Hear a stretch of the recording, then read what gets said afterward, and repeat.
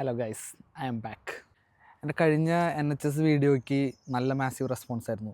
അതിൽ ഒരുപാട് കമൻറ്റുകൾ വന്നു, എല്ലാത്തിനും റെസ്പോണ്ട് ചെയ്തിട്ടുണ്ട്. എനിക്കത് കഴിഞ്ഞിട്ട് ഒരുപാട് മെസ്സേജുകൾ വന്നു. പക്ഷെ എനിക്ക് വന്ന മെസ്സേജുകളിൽ ഏറ്റവും കൂടുതൽ അതായത് ഈ ജനുവരി ഇൻടേക്കിൽ അല്ലെങ്കിൽ ലാസ്റ്റ് സെപ്റ്റംബർ ഇൻടേക്കിൽ വന്ന പിള്ളേരുടെ കാര്യമാണ് ഭയങ്കര ഇഷ്ടം.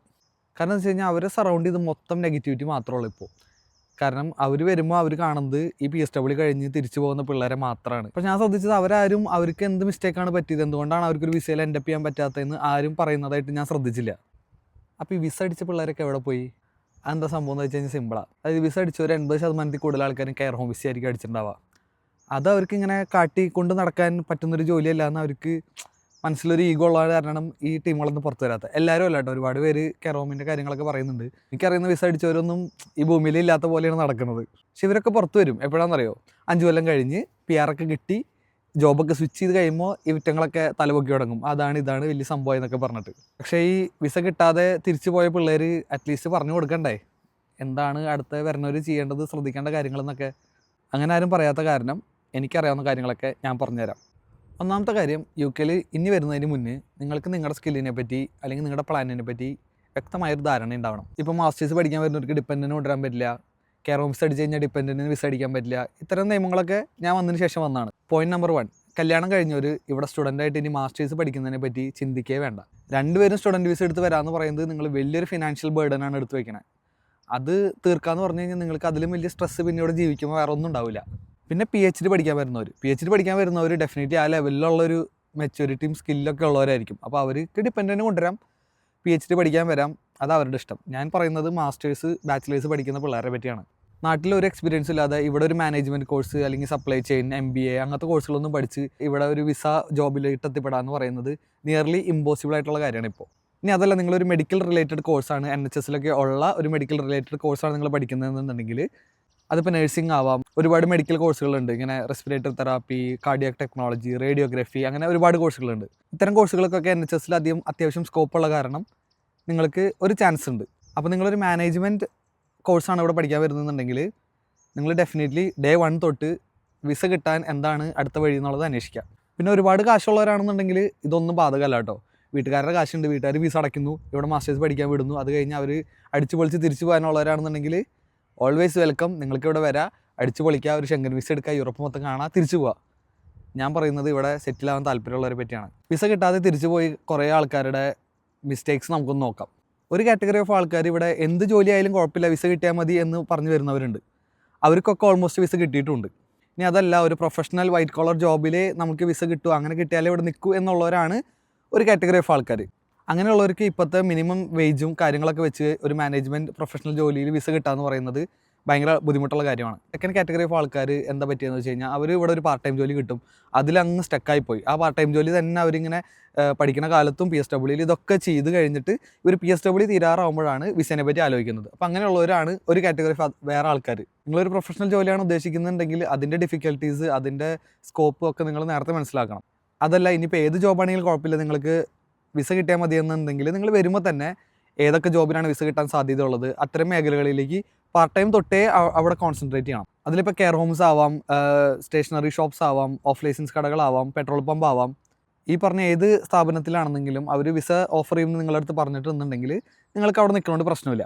പക്ഷേ അങ്ങനെ അവർ ജോലി ഓഫർ ചെയ്യുമ്പോൾ നിങ്ങൾ ശ്രദ്ധിക്കേണ്ട കുറച്ച് കാര്യങ്ങളുണ്ട്. ഫസ്റ്റ് തിങ്, അവർക്ക് സ്പോൺസർഷിപ്പ് ലൈസൻസ് ഓൾറെഡി ഉള്ളവരാണോ അതോ അവർ ഭാവിയിൽ എടുക്കും എന്ന് പറഞ്ഞ് നിൽക്കുന്നവരാണോ എന്ന് നിങ്ങൾ കൺഫേം ചെയ്യണം. ഓൾറെഡി സ്പോൺസർഷിപ്പ് ലൈസൻസ് ഉള്ളവരാണെന്നുണ്ടെങ്കിൽ അവർക്ക് കുറച്ചും കൂടി എളുപ്പമുണ്ട്, കുറച്ചും കൂടി ഗ്യാരണ്ടീഡ് ആണ് കാര്യങ്ങൾ. ഇനി അതല്ല, അവർ ഭാവിയിൽ സ്പോൺസർഷിപ്പ് ലൈസൻസ് എടുക്കും അപ്പോൾ നിങ്ങൾക്ക് വിസ തരാം എന്ന് പറഞ്ഞ് നിൽക്കുന്നവരാണെന്നുണ്ടെങ്കിൽ നിങ്ങളൊന്ന് ശ്രദ്ധിക്കണം. പിന്നെ ആരെങ്കിലും നിങ്ങൾക്ക് വിസ ഓഫർ ചെയ്തിട്ടുണ്ടെന്നുണ്ടെങ്കിൽ ഒരിക്കലും PSW കഴിയാൻ വേണ്ടി നിൽക്കരുത്. അവരുടെ അടുത്ത് PSWക്ക് മിനിമം 1 വർഷം ഉള്ളപ്പോഴെങ്കിലും അവരോട് പറയണം, ഞങ്ങൾക്ക് വെയിറ്റ് ചെയ്യാൻ പറ്റത്തില്ല, PSW കഴിയുന്ന വരെ ഒന്നും ഞങ്ങൾക്ക് വെയിറ്റ് ചെയ്യാൻ പറ്റത്തില്ല, നിങ്ങൾക്ക് ഇപ്പോൾ വിസ തരാൻ പറ്റുന്നുണ്ടെങ്കിൽ ഇപ്പോൾ പ്രോസസ്സ് ചെയ്യണം, അല്ലാന്നുണ്ടെങ്കിൽ ഞങ്ങൾ വേറെ ഓപ്ഷൻസ് നോക്കുന്ന അവരുടെ അടുത്ത് തുറന്ന് പറയണം. പലർക്കും പറ്റിയത് വിസ കൊടുക്കാമെന്ന് പറഞ്ഞ് നിന്നിട്ട് ലാസ്റ്റ് മൊമെൻറ്റിൽ നിയമങ്ങൾ മാറിയതും ആവാം, ചിലപ്പോൾ എംപ്ലോയറുടെ കുഴപ്പമാവണമെന്ന് തന്നെ ഇല്ല. അതുകൊണ്ട് തന്നെ വിസ ഓഫർ ചെയ്ത് കഴിഞ്ഞാൽ നിങ്ങൾ മാക്സിമം പുഷ് ചെയ്ത് അവരെ കൊണ്ട് as soon as possible COS issue ചെയ്യിപ്പിക്കുക. പിന്നെ ഈ ജനുവരിയിലും കഴിഞ്ഞ സെപ്റ്റംബറിലൊക്കെ വന്നവർക്ക് ഇനി 1.5 വർഷം കോഴ്സും അത് കഴിഞ്ഞ് 1.5 വർഷം സ്റ്റേ ബാക്കും ഉണ്ട്. നിങ്ങളിപ്പോൾ തൊട്ട് ഇതൊക്കെ ശ്രദ്ധിച്ച് കഴിഞ്ഞാൽ നിങ്ങൾക്ക് ഡെഫിനറ്റ്ലി ഒരു വിസയിൽ എൻഡപ്പ് ചെയ്യാൻ പറ്റുമെന്നാണ് എനിക്ക് തോന്നുന്നത്. അതുപോലെ തന്നെ ഞാൻ എല്ലാവരുടെ അടുത്തും പറയുന്നൊരു കാര്യമുണ്ട്, നിങ്ങൾ ഫസ്റ്റ് ഇവിടെ വന്ന് UK വന്ന് ചെയ്യേണ്ടത് കുറച്ച് പൈസ ചിലവാക്കിയാലും ലൈസൻസ് എടുക്കുക. UK ഡ്രൈവിംഗ് ലൈസൻസ് എടുക്കുക. നിങ്ങൾക്കൊരു UK ലൈസൻസ് കിട്ടി ഒരു 1000 പൗണ്ടിനോ 500 പൗണ്ടിനോ 2000 പൗണ്ടിനോ ഒരു പഴയ കാർ നിങ്ങൾ മേടിച്ച് കഴിഞ്ഞാൽ നിങ്ങളുടെ ജോലി സാധ്യതകൾ ഡബിൾ ആവും. ഡൊമിസിലറി കെയർ വിസയ്ക്കാണ് ഇപ്പോൾ ഏറ്റവും കൂടുതൽ ഇപ്പോൾ ഡിമാൻഡ് ഉള്ളത്. അപ്പോൾ നിങ്ങൾ ഡ്രൈവർ ആയിരിക്കണം, നിങ്ങൾക്ക് കാർ ഉണ്ടെന്നുണ്ടെങ്കിൽ ഡൊമിസിലറി കെയർ ഹോംസിൽ നിങ്ങൾക്ക് ജോലി കിട്ടാൻ വളരെ എളുപ്പമായിരിക്കും.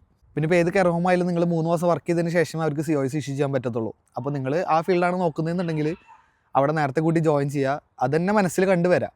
പിന്നെ നിങ്ങൾ ഇനീഷ്യലി സർവൈവലിന് വേണ്ടി കിട്ടുന്ന പാർട്ട് ടൈം ജോലിക്ക് കയറിയെന്നുണ്ടെങ്കിലും നിങ്ങൾ ട്രൈ ചെയ്തുകൊണ്ടിരിക്കണം. ആ പാർട്ട് ടൈം ജോലിയിൽ തന്നെ സ്റ്റക്കായി പോകരുത്. അപ്പോൾ ഈ തിരിച്ചു പോയൊരു ഇതൊന്നും പറയണ കാണാനുമില്ല. ഇവിടെ ഉള്ളവരാണെന്നുണ്ടെങ്കിൽ പുറത്തിറങ്ങുന്നേ ഇല്ല.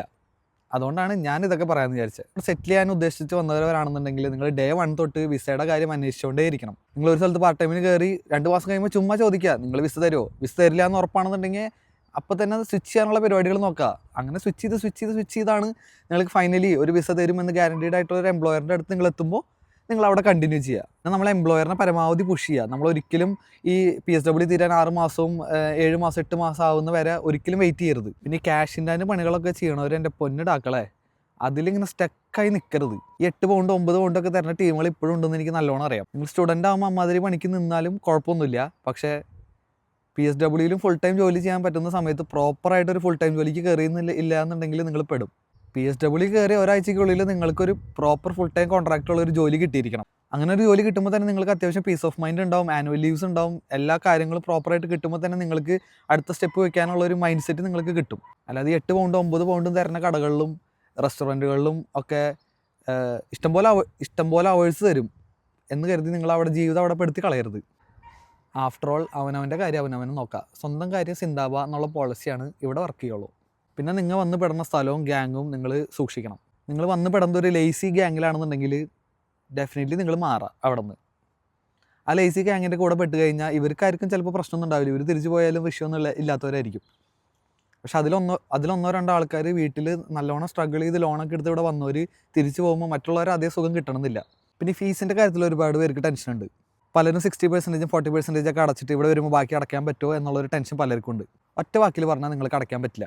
കാരണം മിക്ക യൂണിവേഴ്സിറ്റിയും വന്നു കഴിഞ്ഞ് ഒരു 4 മാസം 5 മാസം കഴിയുമ്പോഴേക്കും ബാക്കി ഫീസ് അടയ്ക്കാൻ പറയും. അതിനുള്ളിൽ നമുക്ക് ഈ പറഞ്ഞ എമൗണ്ട് റേസ് ചെയ്യുക എന്ന് പറയുന്നത് ഇമ്പോസിബിളാണ്. അല്ലാന്നുണ്ടെങ്കിൽ ബാക്കി ഫീസ് അടയ്ക്കാനുള്ള ഒരു ബാക്കപ്പ് നിങ്ങൾ കണ്ടിട്ട് വേണം നിങ്ങൾ വരാൻ വേണ്ടിയിട്ട്. അത് ആരെങ്കിലും കടം മേടിച്ച് അടച്ചാലും പ്രശ്നമൊന്നുമില്ല, അത് ക്ലിയർ ചെയ്യാനുള്ള പൈസ എന്തായാലും നിങ്ങൾക്ക് ഉണ്ടാക്കാൻ പറ്റും. പിന്നെ സൂക്ഷിച്ച് കണ്ടൊക്കെ ചിലവാക്കി കഴിഞ്ഞ് കഴിഞ്ഞാൽ ഡെഫിനറ്റ്ലി ആ 1.5 വർഷം PSWയിൽ ഒരു ഫുൾ ടൈം ജോലി ചെയ്യുന്ന ആൾക്ക് നിങ്ങൾ ഇറക്കിയ പൈസ എന്തായാലും തിരിച്ചു എടുക്കാൻ പറ്റും.